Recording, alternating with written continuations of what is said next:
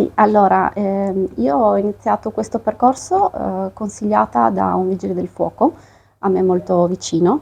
Mi ha fatto conoscere il lavoro a 360 gradi, anche la vita della caserma, che mi ha appassionato molto. Mi appassiona sicuramente aiutare e dare supporto agli altri, anche però il lavoro di squadra, il fatto di aiutarsi l'uno con l'altro per portare a casa un risultato. Per quanto riguarda il percorso vero e proprio, dopo il concorso siamo stati convocati per il periodo di formazione di 9 mesi, di cui 6 mesi di corso pratico a Roma e altri 3 mesi di affiancamento ai comandi di appartenenza. Ora io sono operativa nel comando di Treviso da ottobre 2023 e presto appunto servizio a Conigliano.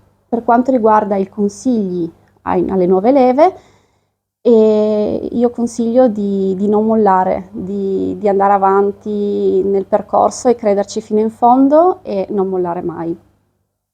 Per quanto riguarda invece le donne all'interno del Corpo Nazionale o comunque soprattutto nel comando di Treviso, c'è stato un bel incremento nell'ultimo anno perché da 3 unità negli ultimi 9 mesi siamo diventate 8, quindi stiamo crescendo, è un mondo fatto per tutti, c'è spazio per uomini e per donne, ognuno con le sue caratteristiche e le sue potenzialità può esprimersi al meglio.